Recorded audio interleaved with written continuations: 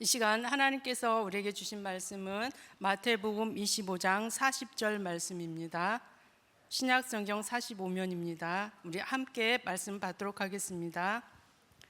임금이 대답하여 이르시되 내가 진실로 너에게 이르노니 너희가 여기 내 형제 중에 지극히 작은 자 하나에게 한 것이 곧 내게 한 것이니라 하시고 아멘. 사랑하는 우리 친구들 반갑습니다. 우리 친구들 올 성탄절에는 아주 초라한 모습으로 우리를 찾아오시는 예수님을 기쁘게 만나는 그런 복된 성탄절이 되기를 간절히 바랍니다. 예수님은 2000년 전 유대 땅 베들레헴이란 작은 동네에서 태어나셨어요. 그리고 십자가에 못 박혀 돌아가신 예수님은 부활하신 후에 하늘나라로 올라가셨어요. 하늘나라에 올라가신 예수님은 마지막 때가 되면 우리를 데리러 다시 오실 것이에요. 사랑하는 우리 친구들, 예수님이 다시 오실 때 우리 모두는 기쁨으로 예수님을 만날 수 있어야 해요. 그러기 위해서 우리 모두가 해야 할 일이 하나 있어요. 그것은 바로 지극히 보잘것없는 모습으로 우리를 찾아오시는 예수님을 사랑으로 대접하고 도와주는 일이에요. 예수님께서는 마태복음 25장 31절에서 46절 말씀을 통해서 양과 염소의 비유를 말씀해 주셨어요. 목자가 양과 염소를 구분하는 것 같이 예수님께서 구름 타고 다시 오실 때 양은 그 오른편에 염소는 왼편에 두겠다고 하셨어요. 여기서 양은 의인을 말하고 염소는 악인을 뜻하는 말이에요. 여기서 말하는 의인은 예수님의 뜻대로 가난하고 불쌍한 사람들을 도와준 사람들이에요. 반면에 염소는 악인들로 불쌍한 사람들을 무시하고 천대하며 산 사람들을 말해요.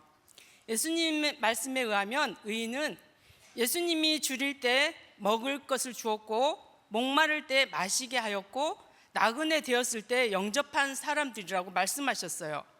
나아가 헐벗었을 때 옷을 입혔고 병들었을 때 돌보았고 옥에 갇혔을 때 와서 보았다고 말씀하셨어요. 그러자 의인들이 이렇게 물었어요. 예수님, 제가 언제 예수님이 나그네 되신 것을 보고 영접하였으며 헐벗으신 것을 보고 옷 입혔나이까? 어느 때 병드신 것이나 옥에 갇히신 것을 보고 가서 배웠나이까? 하고 의아해하는 표정으로 물었어요. 그때 예수님은 이렇게 말씀하셨어요. 오늘 본문 말씀입니다. 내가 진실로 너에게 이르노니 너희가 여기 내 형제 중에 지극히 작은 자 하나에게 한 것이 곧 내게 한 것이니라. 그리고 예수님은 왼편에 있는 악인들에게 저주를 받은 자들아 나를 떠나라, 마귀와 그 사자들을 위하여 예비된 영원한 불에 들어가라, 이렇게 말씀하셨어요. 너희는 내가 줄일 때 먹을 것을 주지 아니하였고 목마를 때 마시게 하지 아니하였고 나그네 되었을 때에 영접하지 아니하였고 헐벗었을 때 옷 입히지 아니하였고 병들었을 때 옥에 갇혔을 때 돌보지 아니하였다, 이렇게 말씀하셨어요. 이 말을 들은 악인들은 깜짝 놀라서 예수님께 항의했어요. 예수님, 우리가 어느 때 예수님이 줄이신 것이나 목마르신 것이나 나그네 되신 것이나 헐벗으신 것이나 병드신 것이나 옥에 갇히신 것을 보고 공양하지 아니하더이까? 그러자 예수님은 악인들에게도 이렇게 말씀하셨어요. 내가 진실로 너에게 이르노니 지극히 작은 자 하나에게 하지 아니한 것이 곧 내게 하지 아니한 것이니라. 사랑하는 우리 친구들, 예수님께서는 이렇게 지극히 작은 자들과 작은 자들을 자신과 같다고 말씀하셨어요. 그리하여 지극히 작은 자 한 사람에게 한 것이 예수님께 한 것 같다고 우리에게 말씀하셨어요. 그렇다면 예수님께서 말씀하신 지극히 작은 자는 누구를 말하는 것일까요? 지극히 작은 자는 가장 작은 자들이라는 의미로 공동 번역 성경은 가장 보잘것없는 사람으로 번역했어요. 그렇다면 우리 친구들, 우리 곁에 있는 가장 작은 자로 살아가는 사람들은 누구일까요? 우리 곁에 있는 지극히 작은 사람들은 아주 가난한 사람, 또한 업신여김 당하는 사람, 힘이 없어 억눌림 당하는 사람, 약하다고 왕따 당하는 친구들, 놀림 당하는 친구들, 또한 무시당하는 친구들 등 불쌍한 사람들을 지극히 작은 자라고 우리는 할 수 있어요. 따라서 의인들은 가장 작은 자들로 살아가는 불쌍한 이웃들을 불쌍히 여겨준 사람들을 말합니다. 그들의 친구가 되어주고 위로해주는 사람들을 예수님은 의인들이라고 말씀하셨어요. 우리 친구들, 예수님을 많이 사랑하시나요? 네, 우리가 정말로 예수님을 사랑한다면 우리 주위에 있는 지극히 작은 자들로 살아가는 불쌍한 사람들을 예수님처럼 대하며 살아야 해요. 예수님을 사랑한다고 하면서도 불쌍한 이웃들을 괴롭히고 억울하게 하고 억압하고 무시하는 사람은 결코 예수님을 사랑하는 사람이 아니에요. 그런 사람은 예수님을 무시하고 괴롭히는 사람이라고 할 수 있어요. 사랑하는 우리 친구들, 예수님께서는 가장 보잘것없는 우리를 사랑하셔서 아기 예수님으로 이 땅에 오셨어요. 그리고 지금은 지극히 작은 자의 모습으로 살아가는 사람들을 통해서 우리에게 찾아오십니다. 예수님의 성탄을 기다리는 우리 모두가 지극히 작은 자의 모습으로 살아가는 우리 이웃들을 사랑하기를 소망합니다. 그리하여 지극히 작은 자의 모습으로 우리를 찾아오시는 예수님을 만날 수 있는 그러한 복된 성탄절이 되기를 우리 주님의 이름으로 축복합니다. 우리 친구들, 톨스토이의 구두장이 마틴이란 그런 책을 읽어보신 적이 있나요? 어느 작은 마을에 마틴이라는 구두장이가 살았습니다. 마틴은 창문이 하나 있는 지하방에 살았는데 그 창문으로만 거리를 내다볼 수 있었어요. 그래서 마틴은 지나가는 사람들의 다리밖에 볼 수 없었습니다. 하지만 마틴은 신발만 보아도 그 사람이 누구인지 알았어요. 왜냐하면 이 마을 사람들의 신발은 거의 다 마틴이 고쳐주었기 때문이에요. 낮 동안의 구두장이 마틴은 일을 했습니다. 저녁이면 마틴은 뜨거운 차를 끓이고 책꽂이에서 성경책을 꺼내 책상 앞에 앉았습니다. 등잔 불빛 속에서 성경책을 읽다 보면 마음이 따뜻해지곤 했습니다. 어느 날 저녁이었어요. 그날도 마틴은 커다란 성경책을 펼쳤어요. 마틴은 예수님을 초대한 부자 이야기를 읽고 있었어요. 이 이야기를 읽고 난 마틴은 한참 동안 깊은 생각에 잠겼어요. 만약에 예수님이 나를 찾아오시면 나는 잘 대접할 수 있을까? 무슨 말을 하고 무엇을 할까? 마틴은 등불을 끄고 머리를 두 손에 파묻은 채 깊은 생각에 잠겼어요. 마틴은 한참을 생각하다가 잠자리에 들었어요. 그때 마틴 하는 소리가 갑자기 들려왔어요. 마틴은 깜짝 놀라 깼습니다. 하지만 방에는 아무도 없었어요. 그런데 이번에는 부르는 소리가 아주 똑똑하게 들렸어요. 마틴, 마틴, 아침에 거리를 살펴보거라. 내가 너에게 갈 것이다.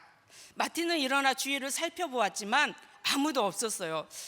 마틴은 다시 잠자리에 누워 잠이 들었어요. 다음 날 아침 마틴은 동이 트기 전에 일어났어요. 마틴은 난로에 불을 붙이고 그 위에 물 주전자를 올려놓았어요.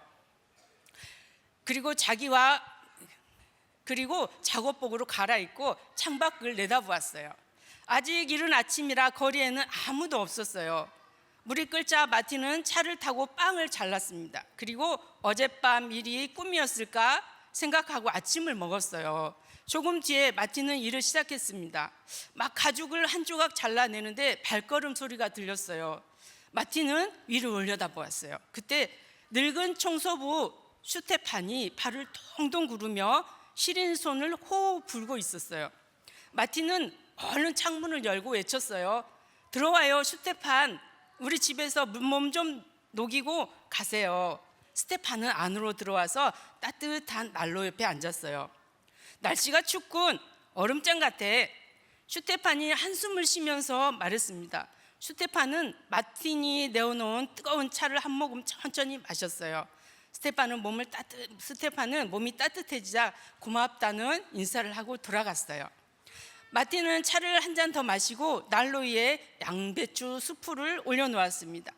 마틴이 다시 창밖을 내다보았을 때 어떤 젊은 여인이 아기를 안고 서 있었어요. 여인은 얇은 옷으로 자기 짧은 자기 옷으로 아기를 감싸 찬바람을 막으려고 애쓰고 있었어요. 마틴은 계단을 뛰어 올라가서 여인에게 들어오라고 소리쳤습니다. 마틴은 여인에게 양배추 수프를 주고 자기의 낡은 외투도 가져다 주었어요. 그 외투는 크기가 넉넉해서 여인과 아기를 충분히 감쌀 수 있었어요.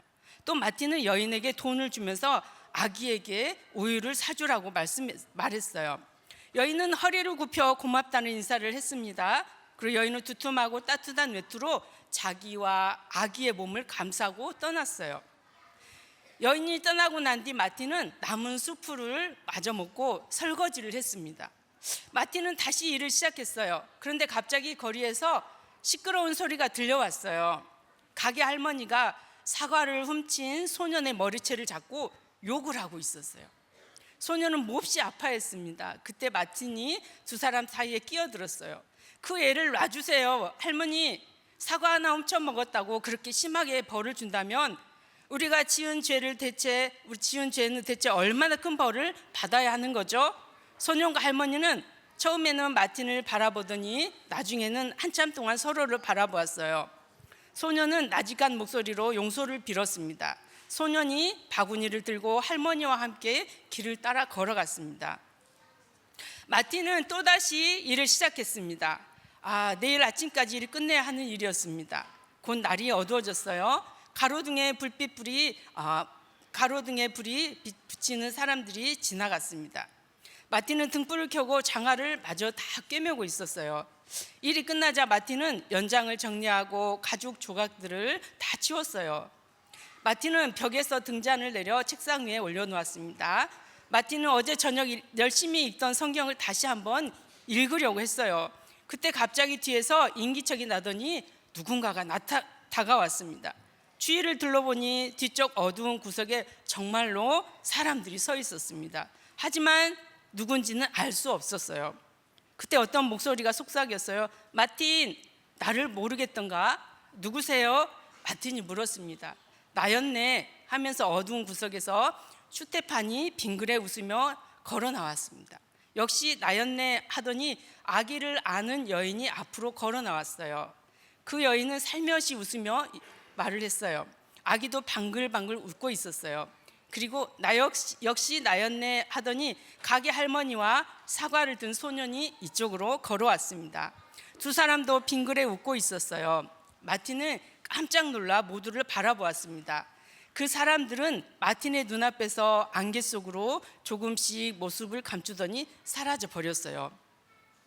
구두장인 마틴은 자기 꿈이 거짓이 아니었다는 것을 깨달았습니다. 예수님은 오늘 정말로 마틴에게 오셨고 마틴은 예수님을 맞이한 것이었어요. 이 구두장의 마틴의 영혼은 아주 맑아졌습니다. 마틴은 어젯밤에 읽다가 만 바로 그 부분의 말씀을 읽기 시작했어요. 그쪽 맨 위에는 이렇게 적혀 있었습니다. 너희가 여기 있는 형제 가운데 가장 보잘것없는 한 사람에게 해준 것이 바로 나에게 해준 것이다.